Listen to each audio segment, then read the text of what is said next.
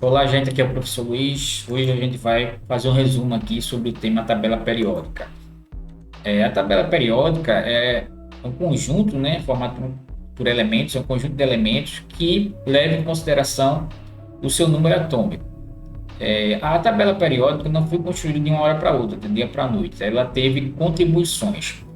O principal nome, ou um dos principais nomes, é esse químico russo, Dmitry Mendeleev. Ele disse que a tabela periódica seria organizada a partir da massa atômica e ele dividiu essa tabela em grupos e cada grupo tinha propriedades semelhantes, né? Deixou alguns espaços entre eles que seriam encaixados, seria descoberto outros elementos que seriam colocados ali nesses espaços. Só que não é 100% verdade que a tabela periódica organizada através da massa, e sim através do número atômico. Foi aí que apareceu esse outro cientista e disse que a organização da tabela periódica é em função do número atômico. Tá? Mendeleev talvez seja o principal nome, mas teve esse outro camarada, Henry, que diz que a tabela periódica é organizada a partir do número atômico, que é hoje o que a gente tem como correto. Tá? Verdade. Então, a tabela periódica ela é formada por elementos químicos e esses elementos são organizados em períodos, em linhas horizontais, e famílias, as linhas verticais.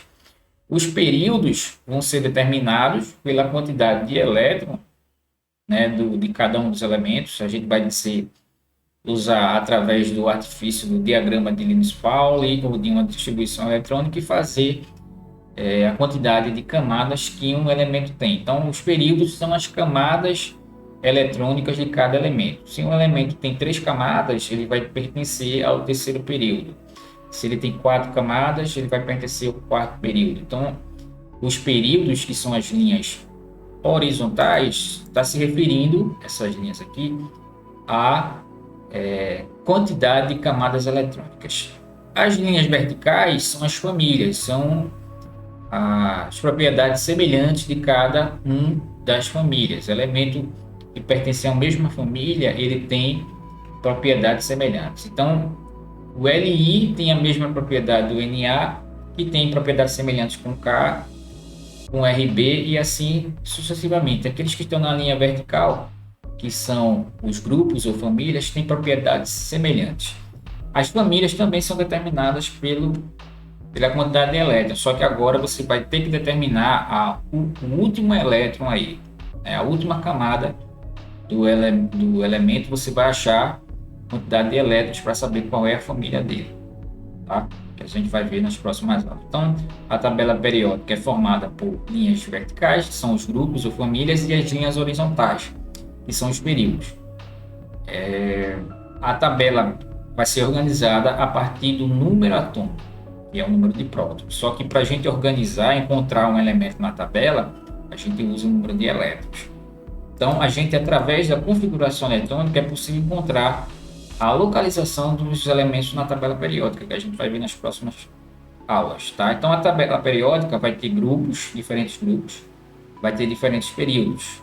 E a gente vai ter classificação dos elementos na tabela periódica. Tem os metais, tem os não metais, tem os gases nobres, tudo isso a gente vai ver de forma bem rápida, bem resumida hoje. Então, a tabela periódica é um modelo que agrupa todos os elementos devido às suas propriedades, tá? Em ordem crescente do número atômico. Então, o primeiro elemento é o elemento que tem número atômico 1. Tá? O último elemento, segundo essa tabela, é o 118. E assim a gente vai ter a organização da tabela periódica.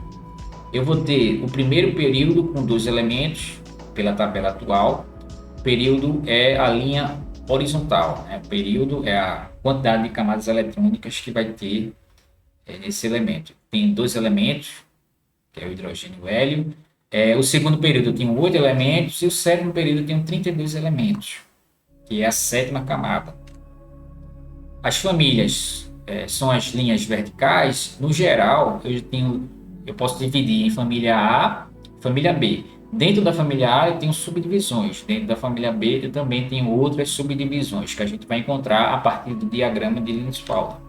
A família A eu tenho, que é o mais fácil de encontrar, vamos dizer assim, eu tenho os mais conhecidos, metais, metais alcalinos, família do carbono, nitrogênio, os gases nobres, calcogênios e halogênios. Então, a gente vai aprender toda essa nomenclatura aí das famílias, encontrar a família de um elemento a partir da configuração eletrônica, distribuição eletrônica.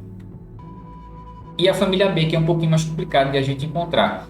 A gente vai usar o mesmo artifício da família A, só que agora a gente vai considerar os dois últimos subníveis para poder encontrar a família B. A família B também tem subdivisões.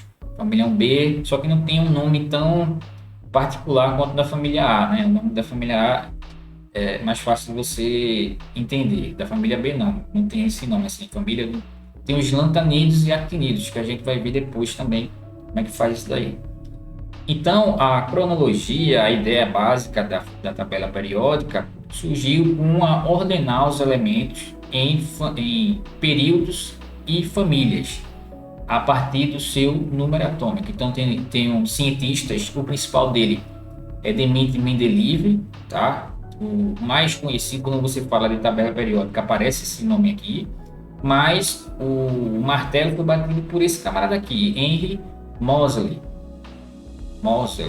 e que definiu que os elementos são organizados a partir do número atômico, tá? E a gente pode encontrar na tabela periódica a localização dos elementos a partir da configuração eletrônica de cada um, tá? Então, basicamente foi uma introduçãozinha sobre esse tema. A gente vai trazer mais assuntos sobre como encontrar o elemento, como encontrar família e período a partir dessa ideia básica, tá? Então, tem aí o contato para qualquer dúvida e até a próxima.